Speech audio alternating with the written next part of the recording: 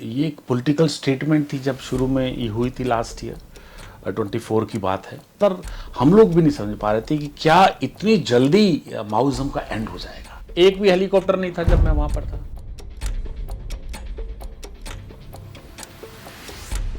नमस्कार, मेरा नाम है तृप्ति सोनी और आज छत्तीसगढ़ के जिस विषय पर मैं बात करने जा रही हूं वो बहुत संवेदनशील विषय रहा है।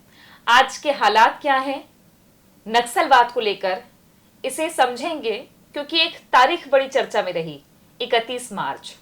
और इसी पर बात करने के लिए हमारे साथ में हैं रिटायर्ड डीजी आर.के. विस साहब, जो लंबे वक्त तक नक्सल मोर्चे पर रहे और उनके वक्त भी अलग अलग काम हुए हैं। लेकिन आज के हालात कैसे हैं, आइए उनसे चर्चा करते हैं। विस साहब, पहले तो बहुत शुक्रिया आपका, हमें समय दिया आपने। Welcome please. देश में बहुत से लेखक हैं, लेकिन आप जो लिखते हैं, आज हम तो आए दिन पढ़ते रहते हैं कि अलग अलग अखबारों में आपके लेख सबसे ज्यादा छपने वालों में से एक आप हैं।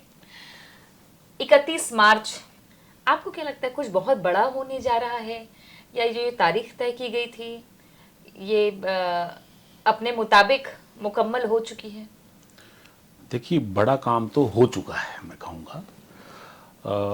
ये एक पॉलिटिकल स्टेटमेंट थी जब शुरू में ये हुई थी लास्ट ईयर 24 की बात है। और ऐसा संभव हो जाएगा, मुझे लगता है बहुत लोग शायद नहीं इस बार को मान रहे होंगे कि ऐसा संभव है। रादर हम लोग भी नहीं समझ पा रहे थे कि क्या इतनी जल्दी माओइज्म का एंड हो जाएगा। ये बात सही है। लेकिन हमने एक लंबी जर्नी देखी है। जब नक्सलवाद या माओवाद बहुत पीक पर था, वो समय हमने देखा है किस प्रकार से स्टेट गवर्नमेंट और सेंट्रल गवर्नमेंट ने मिलकर सिक्योरिटी के इंफ्रास्ट्रक्चर को अच्छा के इम्प्रूव किया, एनहांस किया, उसमें संशोधन किए, नियम कानून बदले ताकि अधोसंरचना जो है स्ट्रांग हो सके, स्ट्रेंथन कर सके। हम एक लंबा दौर रहा जो ऐसी जगहें जहां पुलिस की आवश्यकता नहीं थी वहां थाने खुले, कैंप खुले। माओवादियों ने उसका विरोध किया, गांव वालों को आगे करके, कि गांव वाले विरोध कर रहे हैं। ये सब जानते हैं कि माओवादी ही नहीं चाहते थे, क्योंकि वो उनका क्षेत्र था जहां वहां लोग प्रभावित थे, लोग भर्ती हुआ करते थे। तो वो दौर बढ़ने वाला धीरे धीरे। फिर लोगों को जब समझ आने लगेगी, एक दौर था, मैं अक्सर बताता हूं कि जब 2004 में इनका मर्जर हुआ और फिर सलवा जुलूम भी हुआ, 2007 में इन लोगों की एक बड़ी कांग्रेस होती है वो हुई, 2011-12 तक इनका जो है एक्सपेंशन चलता रहा। चाहे वो उनका ऑर्गेनाइजेशनल एरिया वाइज एक्सपेंशन था। अब देखिए, साउथ बस्तर, पश्चिम बस्तर, माड़ से लेते हुए अल्टीमेटली गरियाबंद और महासमुंद तक पहुंचे वो। ये सब सलवा जुलूम के बाद हुआ? ये सब सलवा जुलूम के बाद की बात है। तो 2010 तक ये महासमुंद पहुंच चुके थे, और बालाघाट तो वो 90 में पहुंच गए थे। राजनांदगांव में 2004 में आए, जबकि आसपास के इलाके में राजनांदगांव में घटना तो 90s में हो चुकी है, मानपुर पुलिस स्टेशन लूटा गया था। तो ये जो एक्सपेंशन की जो एक्टिविटीज हैं उनकी 2010 तक लगभग चली थी। ना केवल ऑर्गेनाइजेशनल मतलब क्षेत्र वाइज एक्सपेंशन हुआ, उनका जो मिलिटराइजेशन था, प्लेटून्स बनना, पहले स्पेशल गुरिल्ला स्क्वाड हुआ करते थे, फिर प्लेटून्स बने, वृद्धि होकर वो कंपनियों में परिवर्तित हुए। कंपनियां बनते बनते 2004 में पहली कंपनी बनी, वो बढ़ते बढ़ते 2010 तक 10 कंपनियां बन गई, बीच में फिर एक बटालियन बन गई 2 कंपनियों को मिलाकर। तो वो भी मेरे लगता है 10 तक जो है मिलिट्री का भी एक्सपेंशन 2010 तक पैरेलल चला। अच्छा। उसके बाद इन्होंने एक बटालियन और बनाने की कोशिश की 2012 में, जो फिर 2014 में उसका फिर से विघटन हो गया, वो नहीं काम कर पाई उस इलाके में, माड़ और उत्तर बस्तर इलाके में। तो 11-12 का वो समय है। तब तक जो हमारा सिक्योरिटी इंफ्रास्ट्रक्चर था, समय के साथ वो स्ट्रेंथन होता गया, और वो है जब उसका जो गिरावट आने लगी माओवाद में, माओवादी जब अपनी रिपोर्ट्स में खुद इस बात को एडमिट करने लगे कि उनका जो मास बेस है वो कम होता जा रहा है, सिकुड़ना शुरू हो गया है, लोग छोड़ने ज्यादा लगे हैं, आने की तुलना में, नए रिक्रूट की तुलना में छोड़ने ज्यादा लगे हैं। वजह क्या रही? क्योंकि जिस वक्त आप बता रहे हैं कि 2004 में उनकी पहली कंपनी बनी और 10, 11, 12 तक उन्होंने बटालियन और अपने संगठन का बड़ा विस्तार कर लिया। इसी दौर में सलवा जुलूम भी चला और उस वक्त state government Bharatiya Janata party की थी और सेंट्रल गवर्नमेंट यूपीए की गवर्नमेंट थी। तो ये कॉन्ट्रडिक्शन कैसे दिखा कि एक तरफ वो संगठन विस्तार भी करते रहे, इधर स्टेट गवर्नमेंट ने कहा कि हम कुचलने की कोशिश भी कर रहे हैं, ऐसा कुछ? नहीं, देखिए, इसमें सेंटर स्टेट को मैं अभी नहीं लाना चाहता बीच में, क्योंकि मैंने जितना समय देखा है मुझे लगा है दोनों सरकारों ने, चाहे उनके कलर्स अलग रहे हों सेंटर और स्टेट में, लेकिन दोनों सरकारों ने नक्सलवाद के खिलाफ काम किया है। जब यहाँ बीजेपी की सरकार थी, जस्ट टू क्लैरिफाई, जब यहाँ बीजेपी की सरकार थी तो केंद्र में कांग्रेस सरकार थी पहले। बहुत सारी पॉलिसी ऐसी हैं स्ट्रेंथन करने की, चाहे वो फोर्टिफाइड पुलिस स्टेशन की थी, चाहे एसआईबी हमारे इंटेलिजेंस को स्ट्रेंथन करने की, चाहे एसटीएफ को स्ट्रेंथन करने की बात थी। ये सारी चीज़ें जब से केंद्र में कांग्रेस की सरकार थी, ये स्कीम्स तब आई थी। तो लेकिन वो लगातार चलती रही, अगली सरकार ने बंद नहीं किया, वो लगातार चलती रही। तो ये जो स्ट्रेंथनिंग है इंफ्रास्ट्रक्चर की, ये लगातार चली है। आप देखेंगे तो यहाँ जब बीजेपी की सरकार थी तो उस समय पहले जो सरेंडर पॉलिसी वो बनी, आई थिंक 2004 की बात है, 4 और 7 में तब ये पॉलिसी बनी थी। ग्रेजुअली उस पॉलिसी में फिर जो भी सरकार आई कुछ कुछ परिवर्तन करती रही, उसमें राशि बढ़ाई, चाहे जनरल सेक्रेटरी के बाकी कार्डर्स के लिए राशि बढ़ती रही, वेपन्स के साथ और बदलाव आते रहे, उनको रिहेबिलिटेट कैसे करना उसके भी ढंग में थोड़ा थोड़ा परिवर्तन। बहुत लेकिन विद साहब, उस वक्त से आप बता रहे हैं कि पुनर्वास की नीति बनी, लेकिन पुनर्वास तो अब हो रहा है।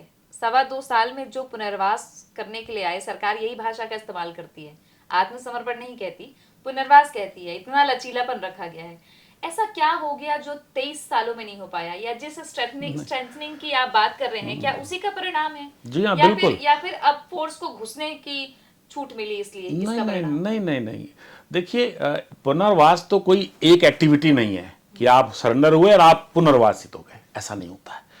आपको राशि देनी है। केंद्र सरकार की पॉलिसी ये बोलती है कि 3 साल तक फिक्स डिपॉजिट में पैसा रहेगा, 3 साल के बाद निकाल पाएंगे। तो इमीडिएट सर्वाइवल के लिए कुछ चाहिए तो कुछ पैसा, ट्रेनिंग के दौरान कितना पैसा देना वो प्रावधान किए। राज्य सरकार की स्कीम बोलती है कि वेपन्स के साथ आएंगे तो 3 साढ़े 4 लाख, डिपेंडिंग अपॉन कौन सा वेपन है, वो राशि तत्काल मिल जाएगी आपको। जो इनाम की राशि है वो एक कमेटी बनती है, वो डिसाइड करती है, पैसा मिल जाता है, वो फिक्स डिपॉजिट में नहीं जाता। दोनों पॉलिसी में थोड़ा अंतर है। तो और जो स्ट्रेंथनिंग है, ऐसी पुलिस बल की स्ट्रेंथनिंग है। देखिए, जब छत्तीसगढ़ बना था तो टोटल बल जो पुलिस था वो 22-23 हजार था, आज 80,000 से ऊपर है। तो क्या बटालियंस ऑटोमेटिकली एक दिन में खड़ी हो जाती हैं? नहीं होती। 7 बटालियन थी जब छत्तीसगढ़ बना था, आज 22 बटालियन है। तो वो उसमें आईआर बटालियन, केंद्र का योगदान है, कुछ स्टेट ने स्वीकृत की, कुछ केंद्र ने स्वीकृत की। केंद्र की भी जो होती हैं वो 5 साल बाद उसका वहन जो है खर्चा वो स्टेट को करना पड़ता है। तो ये बल जब बढ़ता है, बल का सैंक्शन होना, पहले बजट में आना, सैंक्शन होना, सैंक्शन के आदेश होना, भर्ती होना, उनकी ट्रेनिंग देना, ट्रेनिंग दे के फिर ट्रेनिंग के अलग इंस्टीट्यूट हैं, CTW है, CIT है, स्पेशल इंस्टीट्यूट्स हैं कि गुरिल्लाज लड़ाई कैसे लड़नी है। ये कितना समय लेती है इन चीज़ों में कि वो लड़ने के लिए सिपाही तैयार हो। तो ये टाइम टेकिंग एक्सरसाइजेज हैं। पुलिस स्ट्रेंथनिंग जो है ना, वो इट टेक्स टाइम। तो वो धीरे धीरे हर चीज में बदलाव आया। और जो अगर आप लास्ट की लड़ाई की, आपने बोला कि 23 साल में जो नहीं हो सका, तो ये स्ट्रेंथनिंग इन सालों में हुई है, राइट। मैं तो एक एक चीज आपको गिना सकता हूँ उस साल के साथ, कि मोबाइल टावर्स लगे वो पहले पुलिस स्टेशन के कैंपस में लगे बस्तर में, अब बाहर लगने की स्थिति आई है। सड़क कैसे बनी, सड़क में गडकरी साहब आए थे उस मीटिंग में, उन्होंने लोकल परेशानियों को समझा, कैसे फिर 2 किलोमीटर में आप टेंडर करके सड़क बना लीजिए, आप लोकल मटेरियल यूज कर लीजिए, आप कंक्रीट की बनाना चाहते हैं जो टेंडर। तो नियम कानून कैसे फ्लेक्सिबल किए गए, कैसे अंदर एक्सेस बढ़ाया गया, कैसे कम्युनिकेशन नहीं था अंदर, सैटेलाइट फोन बाद में है, जवान बात नहीं कर सकता था। 2.25 सालों में कि पहले? नो नो नो नो, ये 25 साल की बात कर रहा हूँ मैं 5-6 से, तो मैं 2006-7-8 में मैं IG बस्तर हुआ करता था। मैं तब से लेकर वो जर्नी से तो मैं गुजरा हूँ। तो 2006 से लेकर मैं आज तक की जर्नी की बात कर रहा हूँ। मैं आपको बताऊंगा आपके क्वेश्चन के अनुसार कि लास्ट के 2 साल में ऐसा क्या हुआ जो ये रिजल्ट आए। बाकी लेकिन ये रिजल्ट केवल 2 साल के नहीं हो सकते, ये क्यूमुलेटिव रिजल्ट का उसका परिणाम। मतलब पहले की जो तैयारियां चल रही थी, पहले सड़कें नहीं थी, उसके सड़कें बनी, जी हाँ, टावर्स ज्यादा हुए, टावर्स हुए। जी हाँ। और एक बात और सर, कि जब भी देखा जाता है, जो कहा जाता है, अमूमन विश्लेषणों में आता है डीआरजी इज हीरो। डीआरजी में लोकल या तो जो वापस आए जंगल से जी हाँ, नक्सल पार्टी जी से, हाँ। तो डीआरजी ही असली शिकारी हैं, ऐसा क्रेडिट उनको जाता है। आपको लगता है कि डीआरजी के आने से ही ज्यादा फायदा हुआ चलिए, या फिर अच्छा हुआ बाकी जो आपने सेंट्रल फोर्सेस? आपने जो लास्ट का था उसमें से एक क्वेश्चन आपने चुना। डीआरजी देखिए, ये डिस्ट्रिक्ट रिजर्व गार्ड, मतलब डिस्ट्रिक्ट में पुलिस अधीक्षक के पास एक ऐसा बल जिससे वो इंडिपेंडेंटली अपने आप निर्णय लेकर, डिसीजन लेकर ऑपरेशन लॉन्च कर सके, ये वो बल है, राइट। एक समय था जब एसपी के पास ये बल नहीं था, तब वो थानों से बल निकाल के या डीआरपी लाइन से कुछ बल निकाल के, वैसे भी आप देखेंगे आज भी अगर साउथ बस्तर के आप जिले देखेंगे सारे बस्तर के, तो उनका बल कोई बहुत ज़्यादा नहीं है, जिलों का बल धीरे धीरे वो डबल हो गया है। मैं आपको नारायणपुर का बता सकता हूँ, ये आईजी बस्तर जो आज हैं सुंदर, आज ये पुलिस अधीक्षक हुआ करते थे, और मैं जब आईजी था तो वो मुझे सुबह रिपोर्ट किया करते थे कि 100 से भी कम का सिपाही हवलदार हुआ करते थे पूरे जिले में, कितने, लेस देन 100, आज 1000 से ऊपर है, तो वो 10 टाइम्स हो गया। लेकिन फिर भी 1000 जिले के लिए लड़ाई लड़ने के लिए पर्याप्त नहीं कहे जा सकते बिना सेंट्रल फोर्सेस के, उनकी सहायता के बिना। तो एक दौर था जब ये डीआरजी नहीं थी, तो कुछ बलों को निकाल के पुलिस अधीक्षक या कोई, जब तक कोई थाना मान लीजिए स्वीकृत हुआ लेकिन खुला नहीं, तो आपके पास एक बल है हाथ में, तो ऐसा बल इकट्ठा करके वो ऑपरेशंस में केंद्रीय बलों के साथ भेजा करते थे, लेकिन इंडिपेंडेंट लॉन्च करने की हिम्मत नहीं हो पा रही थी। कुछ किया भी करते थे नज़दीक में, लेकिन ये जब हमने आवश्यकता सरकार को बताई तो 2015 में डीआरजी बल सैंक्शन हुआ। सरकार ने स्वीकृत किया कि ये दंतेवाड़ा के लिए 200 का बल, बीजापुर के लिए 200 का बल, और नीचे सुकमा का 200 का बल, इस प्रकार से 200 राय तक की राजनांदगांव को हुआ, कुछ जिले रह भी गए जिनका बाद में हुआ।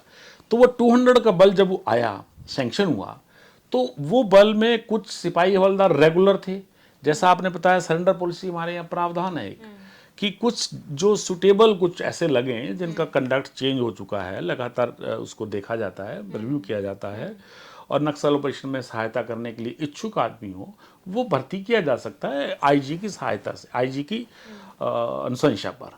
अगर पुलिस अधीक्षक ऐसा अनुशंसा करता है तो वो भी बीच में आ गए। तो ये कुछ ऐसे लोग थे जो पहले नक्सली थे, उनके साथ काम कर चुके थे, या सपोर्ट में थे, या सिंपथाइजर थे अंदर, किसी और संगठन में, संघ जो वहाँ थे, केएमएस, डीकेएमएस, उन संघ में थे, अगर नहीं भी उनके साथ चलते थे तो भी पार्ट टाइम काम करते थे। वो आ गए तो वो उनके हाइडआउट्स जानते थे, कहाँ छिपने के स्थल क्या थे, ज़्यादा एग्जैक्ट जानते थे, वो भाषा आदिवासी जानते हैं, उसी कल्चर के हैं वो। सबसे महत्वपूर्ण, वो इलाके के से परिचित बहुत अच्छे से हैं, कि कहाँ पहाड़ी से कहाँ छिप के अगर माओवादी है तो वो कहाँ जाएगा, यहाँ नहीं तो ए, नहीं तो बी नहीं तो सी, घेराबंदी करनी है तो कैसा करनी है। तो लोकल्स का involvement over a period of time, it is not again one time exercise. मैं और क्लियर करता हूँ, पिछली कांग्रेस सरकार ने स्टेट में बस्तर फाइटर भर्ती किए, तो 2-3 हज़ार का करीब बल था, जिसमें सिपाही हवलदार 2,000 थे, वो भर्ती हुए, तो वो उसी का एडिशन था, दैट इज ऑल्सो, वो भी ऐसे सहायक रक्षक। आक्रामकता है, बड़े बड़े ऑपरेशंस हमने अभी देखे पिछले कुछ सालों, मतलब 1-2 सालों में ही 27-28 नक्सल्स न्यूट्रलाइज हो रहे हैं, ये पहले कभी नहीं देखा सर। मेरी बात नहीं पूरी हुई। हाँ। तो वो डीआरजी जब बल आने लगा, तो जो हमारी डिपेंडेंस थी केंद्रीय बलों पे, वो थोड़ी कम हुई। मतलब जॉइंट ऑपरेशन में कम का मतलब ये बिल्कुल नहीं है कि केंद्रीय बलों की आवश्यकता नहीं थी।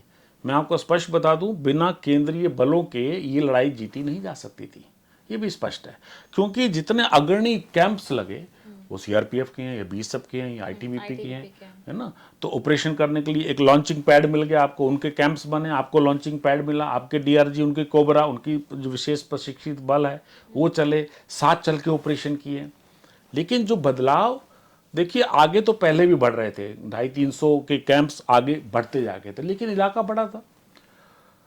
जिन इलाकों में माओवादी, जिन उनकी बटालियन चलती थी, या अबूजुमाड़ के जो अंदरूनी इलाके थे जहां कभी थानों की आवश्यकता महसूस नहीं की गई थी, ये पिछले 2 वर्षों में, ये जो जिसको हम सिक्योरिटी वैक्यूम भी कहा करते हैं, कि वहां पर उपस्थिति नहीं है हमारी परमानेंट।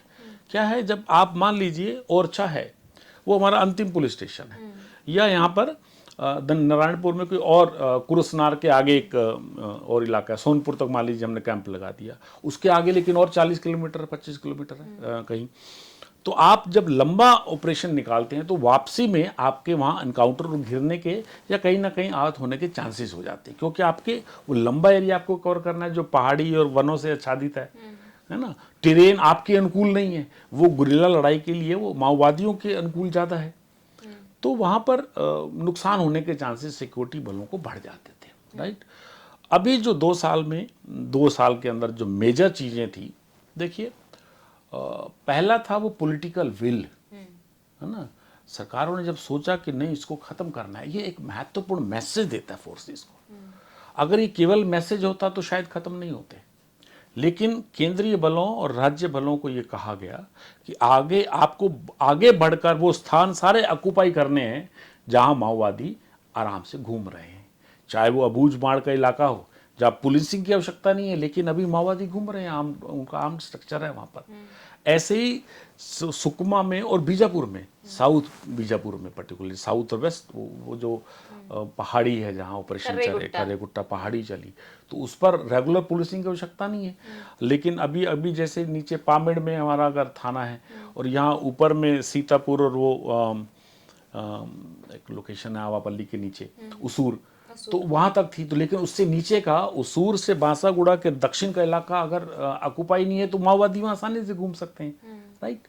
तो वो ग्रेजुअली इन 2 सालों में मुझे तो अभी कुछ समय पहले तक 85 कैंप्स की जानकारी थी, मुझे कल ही एडीजी नक्सल ऑपरेशन ने बताया, कल परसों में, कि वो 125 से ज़्यादा हो चुके हैं। तो मतलब अगर आपने 125-150 कैंप्स अतिरिक्त लगाए 2 सालों में, और वो इलाके जहां वो ज़्यादा घूमा करते थे अब वहां पहुंचे हैं, तो देखिए एक ही आदमी रह सकता है।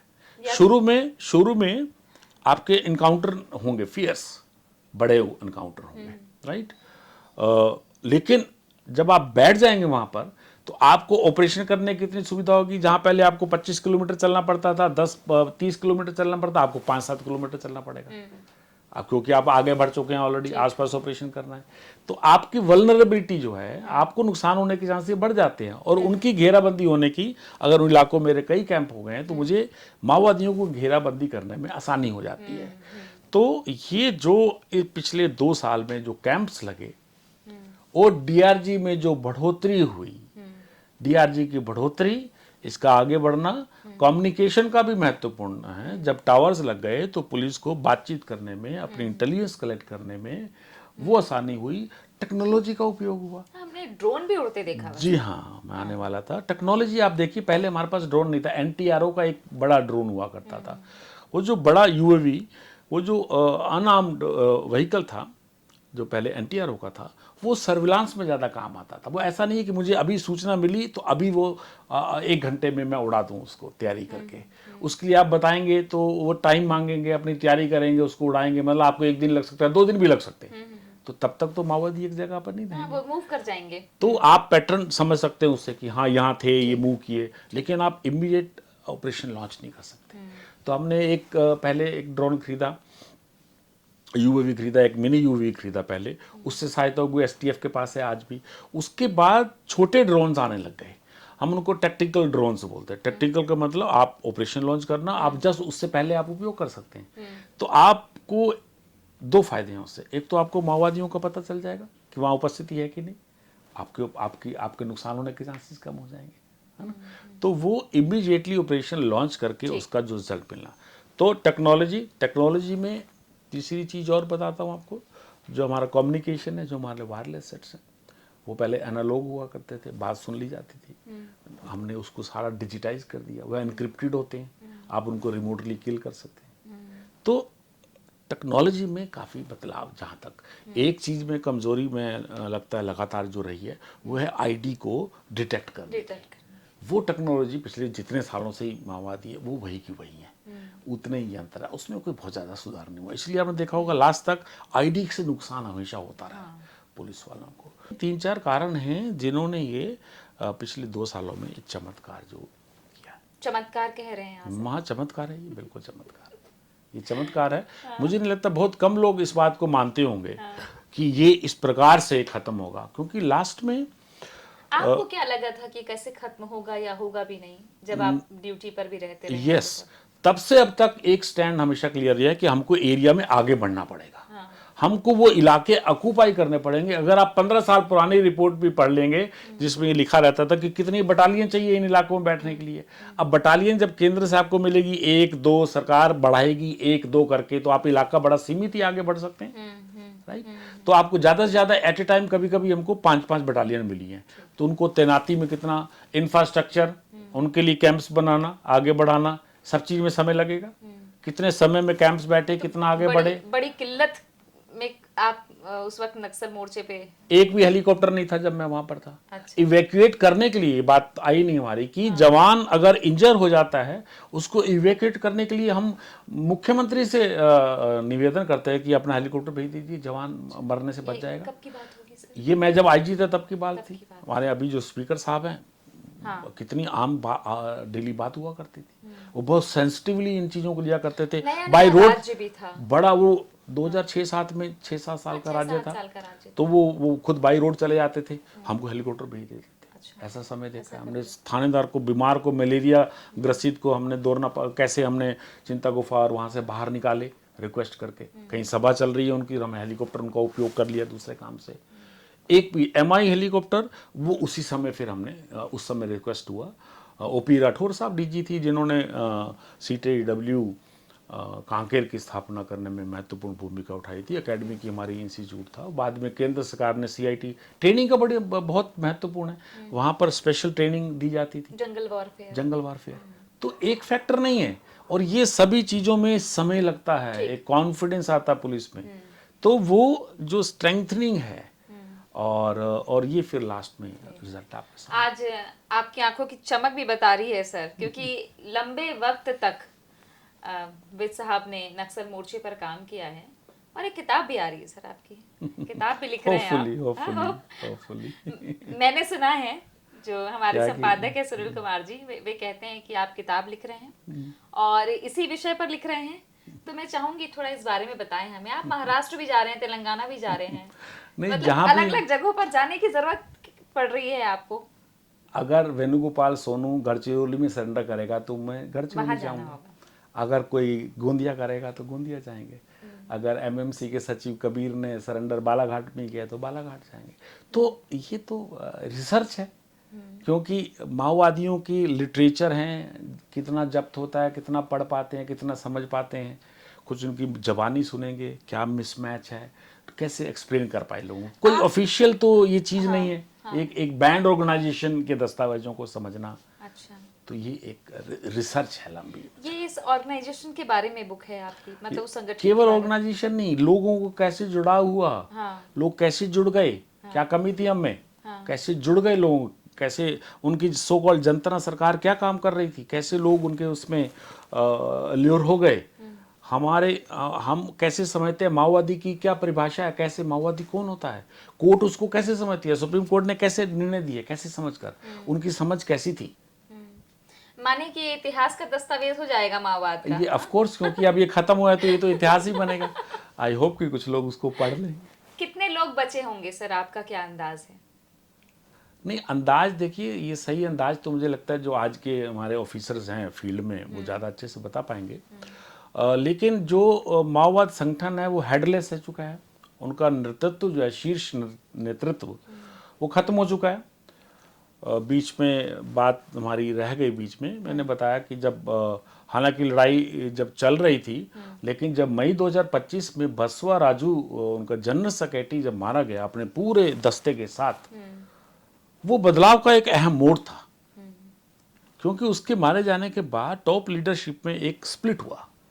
एक गुट ये चाहता था कि शांति वार्ता सरकार से कर ली जाए, क्योंकि वो कमजोर थे उस समय और उनको पता था कि घिरना है, अभी मरने के अलावा और कुछ मतलब नहीं, तो काडर को कैसे बचाया जाए, बची हुई पार्टी को, क्योंकि आप लड़ने की क्षमता आपकी नहीं बची। ये बात उनके सीनियर काडर समझ चुके थे कि इस लड़ाई को ऐसे बढ़ाना है या किसी दूसरे रूप में बाद में विचार किया जाएगा। अभी बदलती हुई परिस्थितियों में, ये उनकी टर्मोलॉजी भी है कि हम बदली हुई परिस्थितियों में हम अपनी पार्टी का ढांचा कैसे बदलें, लड़ाई का फॉर्म कैसे बदलें, दो टर्म यूज करते हैं वो कि पुलिस कैसे, वो हमको एनिमी मानते हैं, तो दुश्मन कितना अग्रेसिव है, सरकार कितनी अग्रेसिव है, तो उनकी लड़ाई वो इस समय क्या दाव पेच चले उनकी, वो उनका लड़ाई का डिफेंसिव मोड हो, ऑफेंसिव मोड हो, वो बड़ी पार्टी में चलें, छोटे टुकड़ों में चलें, क्योंकि उन्होंने जब 2024 का उनका पोलित ब्यूरो की मीटिंग हुई थी अगस्त 2024 में, तो उन्होंने ये निर्णय लिया था कि बड़े बड़े जब उनके बड़े दस्ते मरे, जैसे आपने बताया 20-30 लोग जब मरने लगे, तो उन्होंने डिसाइड किया कि इतने लोग मर रहे हैं तो हमको कम संख्या में चलना चाहिए, ताकि हम कम लोग मरें अगर घिर जाएं तो, क्योंकि कैंप्स बढ़ते जा रहे थे। तो वो जब उन्होंने कम का निर्णय, लेकिन उस कम वाले निर्णय को वो बताते हैं कि उसको वो इम्प्लीमेंट ठीक से कर नहीं पाए, तो कम में भी वो मर रहे थे, क्योंकि जो सीनियर काडर थे उनको कुछ तो सुरक्षा चाहिए थी। उन्होंने, हो सकता है एक प्लेटून के 30 लोगों की 25-30 की जगह वो 8-10 पर आ गए थे, तो लेकिन 8-10 भी अगर घिरने लग गए हैं तो वो कहीं ना कहीं वो लड़ाई लड़ने में सक्षम नहीं रहे थे।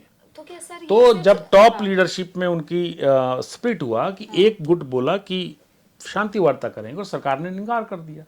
सरकार स्ट्रॉन्गर पोजीशन में थी, उसको वार्ता की जरूरत नहीं थी, उन्होंने मना किया इस बात को। तो तब उन्होंने कुछ जो लीडर्स थे, पर्टिकुलरली वेणुगोपाल ने सोचा कि बदली हुई परिस्थितियों में संघर्ष का ये रूप अभी नहीं चल सकता है। तो उन्होंने अपने काडर्स के साथ चर्चा की, क्योंकि लास्ट में उसका कहना है कि जब वो अंतिम बार वो बसवराजू से मिले तो वो बात समझ रहे थे, लेकिन वो उड़ीसा किसी काम से निकल गया वेणुगोपाल, और बाद में आए तो माना जा चुका था कि वो शांति वार्ता करने के हित में था, ऐसा उनका कहना है। उन्होंने शायद लेटर भी लिखे थे इस प्रकार से। तो वो क्योंकि ऐसा था तो उन्होंने, अब वो माड़ में था और दक्षिण गढ़चिरौली में काफ़ी काम किया उन्होंने शुरू के टाइम में, बसवराजू ने भी किया था, इन्होंने भी किया, क्योंकि शुरुआत जो हुई थी वो बेसिकली गढ़चिरौली के दक्षिण इलाके से ज़्यादा हुई थी, बस्तर में नीचे बाद में आए थे, 3-4 साल का गैप था उसमें। तो वो उन्होंने आपस में एक सहमति बताई कि it is better to surrender. तो वो जब 60-62 लोगों के साथ जाके उन्होंने विद वेपन सरेंडर किया, तो that was a major change after killing of Basavaraju. फिर रुपेश उसके बाद 10 लोगों के साथ सरेंडर किया, तो निचले काडरों को स्पष्ट हो गया कि अब ये हार की तरफ हम जा रहे हैं। तो भी धीरे धीरे आपने देखा लास्ट में बस देव जी और वो बचे थे, तो वो भी उन्होंने भी, हम और आप तो सरेंडर कह रहे हैं सर, सरकार पुनर्वास कहती है। और मैं 1-2 उदाहरण बता रही हूँ आपको। अभी हाल ही में मैंने नक्सल जो रहे और महिला नक्सली रही, वो पुनर्वास करके आई, उनमें से एक से मैंने पूछा तो कहा कि बंदूक लेके क्यों चलते हैं, क्या जब आप समाज की सेवा कर रहे थे जनता की, तो बंदूक रखने क्या है? तो उन्होंने कहा कि दुश्मन सामने आ जाए तो गोली का जवाब गोली से देना होगा। तो मैंने कहा अब तो सारे दुश्मन दोस्त हो गए, तो मजबूरी में हो गए, सारे लोग आ रहे हैं तो हम भी आ गए। ऐसा उनका कहना था। मैं ये नहीं जानती कि सारे लोगों के विचार हैं। मैंने ये भी देखा है कि अभी हाल ही में कुछ पत्रकारों की भूमिका रही है अंदर से बड़े लीडर्स को लाने में। आपने भी नोटिस किया होगा, जंगल में गृह मंत्री खुद बात कर रहे हैं बड़े लीडर से जो हथियार नहीं डाले हैं उनसे भी। तो आपको क्या लगता है कि एक म्यूचुअल अंडरस्टैंडिंग बन रही है, या ये सरकार का लचीलापन है कि ये रेड कारपेट की बात होती है? नहीं, देखिए, समझना ये है कि जब माओवादियों को ये पता चल गया कि वो सशस्त्र संघर्ष को जारी नहीं रख सकते, राइट, तो इसका मतलब वो हार मान ली उन्होंने इस लड़ाई के फॉर्म में। तो आपके पास आ गए, वो हथियार आपको दे दिए, तो आप इसको क्या बोलेंगे? सरेंडर नहीं बोलेंगे? क्या बोलते, क्या बोलेंगे इसको? नहीं, उनका पुनर्वास। किसका पुनर्वास करेंगे? लोग हैं। किसका पुनर्वास करेंगे? सरेंडर काडर का करेंगे। तो ये तो चलिए, उनका तात्पर्य ये होगा, मैंने ऐसा कहते हुए सुना नहीं है इसीलिए मैं कह रहा हूँ, लेकिन मुझे लगता है उनका तात्पर्य होगा कि हमारा फोकस जो अब है वो पुनर्वास पर है। वो अब आ गए, सरेंडर हो गए, तो अब सरेंडर, क्योंकि देखिए जैसा आपने कहा, कुछ लोग ऐसा कह रहे हैं कि हमने सशस्त्र संघर्ष छोड़ा, संघर्ष नहीं छोड़ा। इसका मतलब अपने राइट्स के लिए लड़ते रहेंगे। फाइन, राइट्स के लिए तो कोई भी लड़ सकता, आप भी लड़ सकते हो, मैं भी लड़ सकता हूँ अपने अधिकारियों के लिए। तो हमारी तो बात ही, जो देखिए, जो माओवादियों की जो आइडियोलॉजी थी, जो उनकी MLM जो आइडियोलॉजी है, मार्क्सिस्ट लेनिनिज्म और माओइज्म की जो आइडियोलॉजी है, उनकी जो विचारधारा है, वो विचारधारा कहती है सशस्त्र संघर्ष से सत्ता को हासिल करना। अगर आप उससे पीछे हट गए तो बात खत्म हो गई। ठीक। बाकी तो संघर्ष सरकार का काम है, उनकी बातें जो वाजिब हैं उसको सुने और उसको मानेंगे तो पुनर्वास का ही मतलब है वो घर छोड़ बाहर के इतने सालों से हथियार लेके घूम रहे हैं, तो उनको आप कुछ जगह देंगे, हो सकता है गांव में उनको खतरा भी लगे इनिशियली, तो वो सामंजस्य बनाना, वो वातावरण तैयार करना, ये बताना कि इन्होंने छोड़ा है, सरकार माफ कर रही है, आप भी माफ करिए, जीत हार वाली कोई बात नहीं। देखिए, जीत हार वाली होता, अगर ऐसा होता तो वो जेल में होते, सरकार को बदला लेना होता। तो आपने इतने अपराध किए, देवजी से ज्यादा तो किसी ने मारे नहीं होंगे लोग। अगर वो भी सरेंडर किया है, अब भाषा कोई भी बोले, लेकिन वो समझ गया कि तुम लड़ाई नहीं लड़ सकते हो, तो ऐसे ही हार गया वो। ऐसे नहीं हारा। जब सरकार हावी हुई, हावी हुई।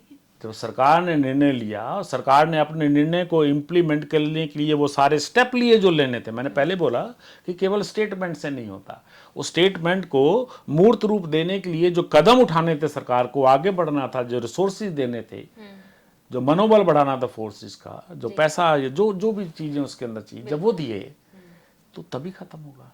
जबकि मुख्यमंत्री भी पहली बार के हैं, गृह मंत्री भी पहली बार के हैं। हाँ, लगता है आपको फिर, लेकिन ये स्ट्रेंथ जो बढ़ती गई, ये समय के साथ की सफलता है, ये माना जाए।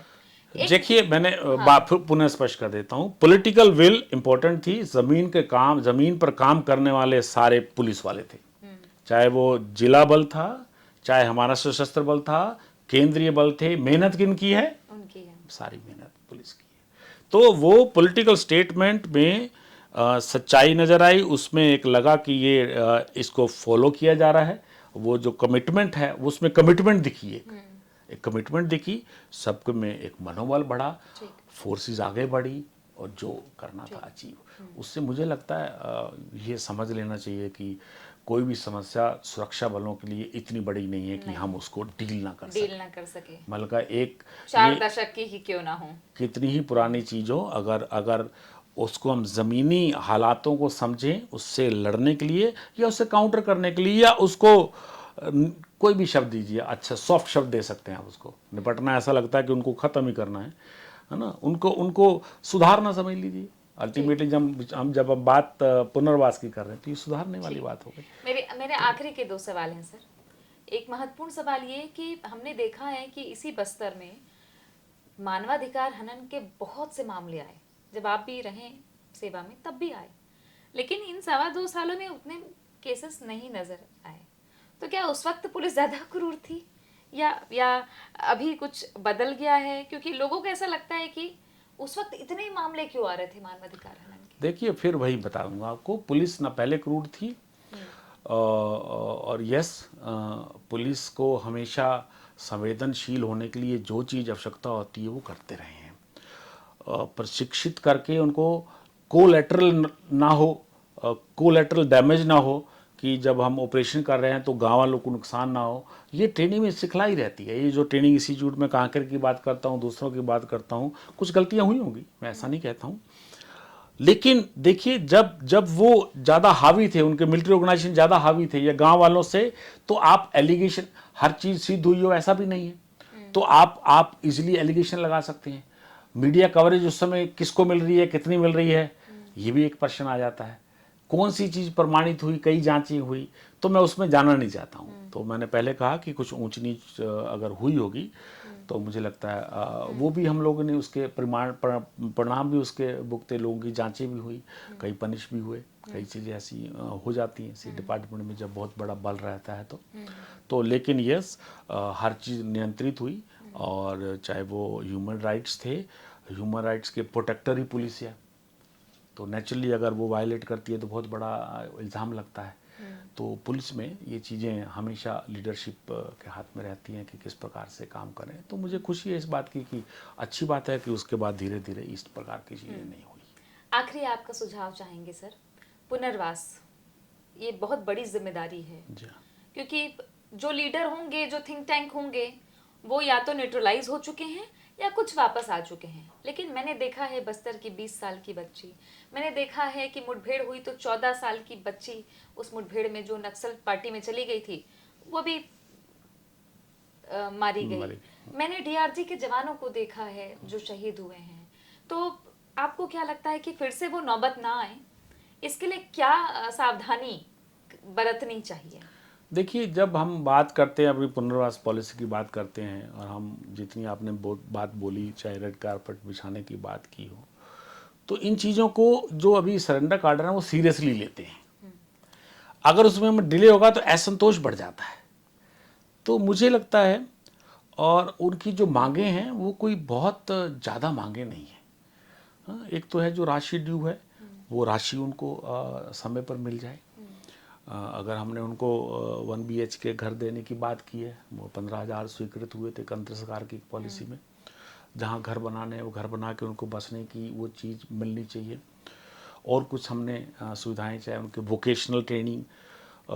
मैंने एक बात बार बार बोली है कि व्यक्ति को अपना जीवन यापन करने के लिए एक रेगुलर सोर्स ऑफ इनकम चाहिए। आपने वन टाइम मान लीजिए 5 लाख का आपने पैसा दे दिया इनाम राशि, तो 5 लाख में से 3-3.5 लाख मान लो मकान के इम्प्रूवमेंट में, कुछ चीज़ें अपने घर बनाने में उसने खर्च की। सरकार भी सीमित खर्च करती है उसके ऊपर, तो पैसा खर्च हो जाता वन टाइम बहुत जल्दी। तो जीवन यापन कल को आज शादी भी करेगा, वो अपनी नसबंदी हुई जो नक्सलियों ने की थी वो ठीक कराएगा। फैमिली बड़ी हो सकती है, शादी करेगा, शादी अंदर भी होती है बाहर भी होंगी। तो एक रेगुलर सोर्स ऑफ इनकम मुझे लगता है उसकी व्यवस्था करना एक सबसे बड़ी जिम्मेवारी है। चाहे वो वोकेशनल ट्रेनिंग हो, ऐसे बहुत हैं जो कुक का काम जानते हैं, ऐसे बहुत से हैं जो कारपेंटरी का काम जानते हैं। मैं मिला हूँ अलग अलग काडर में लोग हैं, इलेक्ट्रिशियन टाइप का, सभी प्रकार का काम ये लोग जानते हैं। सिलाई का, टेलर लोगों से मिला हूँ मैं, आप भी मिले होंगे। डॉक्टरी भी जानते हैं। डॉक्टरी के बहुत अच्छे, कईयों ने 6th पास 8th पास बहुत अच्छा काम कर लेती है। मैं तो एक जो DK की डॉक्टर जिसको बोलते हैं, डॉक्टर चंपा बोलते हैं, वो पढ़ी लिखी थोड़ी कम है, 8th शायद। तो मैंने तो यहाँ उनके नर्स के लिए बात भी की केयर हॉस्पिटल में, तो क्योंकि 12th चाहिए तो उसको पढ़ना पड़ेगा। हो सकता है यहाँ 12th पास से समझदार ज़्यादा हो, क्योंकि उसने कई ऑपरेशन कर लिए, ऐसा कोई काम नहीं है जो ना किया हो उस लड़की ने। यंग लड़की है, इतने साल से काम कर रही है और वो उस काम को कंटिन्यू करना चाहती है। तो मैंने उसको बोला था कि अगर तुम पढ़ के इतना बन जाओगी तो तुम्हारे दंड कारण्य में डॉक्टर चंपा डिस्पेंसरी नाम से मैं सहायता करने को तैयार हूँ। क्या बात है सर। ये मैं उसको खुद बोल कर आया हूँ। तो मुझे लगता है जो उनके वोकेशन, जो अंदर काम उन्होंने हथियार वाले काम छोड़कर जो इस प्रकार का काम जानते हैं, उनको उसी काम में प्रशिक्षण देके कहीं ना कहीं ऐसा, चाहे वो प्राइवेट का हो चाहे सरकारी हो, या कोई बीच का रास्ता निकालने, ऐसी पोस्ट हम क्रिएट करें कुछ ऐसा जिसके वो उस काम में लगे। एक रेगुलर सोर्स ऑफ, क्योंकि सारे तो सिपाही बन नहीं सकते, ना ही बनेंगे, ना बनना चाहते हैं। बड़ा काडर कोई नहीं बनना चाहेगा, छोटा ही जो गलती से आ गए या जिनको जल्दी स्वीकार कर लिया उन्होंने इन चीज़ को। तो regular source of income rehabilitation में one time is fine, good, लेकिन रेगुलर सोर्स ऑफ इनकम की व्यवस्था करना एक, और घर देना, घर जरूर देना चाहिए। ऐसे जो घर छोड़ के आया है कहीं ना कहीं व्यवस्था उसकी, अगर वापस गांव में जो जाने के इच्छुक है, जो पार्ट टाइमर होते हैं वो वापस चले जाते हैं, वो वहीं रह के काम करते हैं, उनकी उनकी उनकी रिहेबिलिटेशन की समस्या नहीं है, ना ही आवश्यकता है। जो काडर वापस जाना चाहते हैं गाँव में, यहाँ वहाँ कुछ बनाना चाहते हैं, उनको वहीं आसानी से बनाया जा सकता है।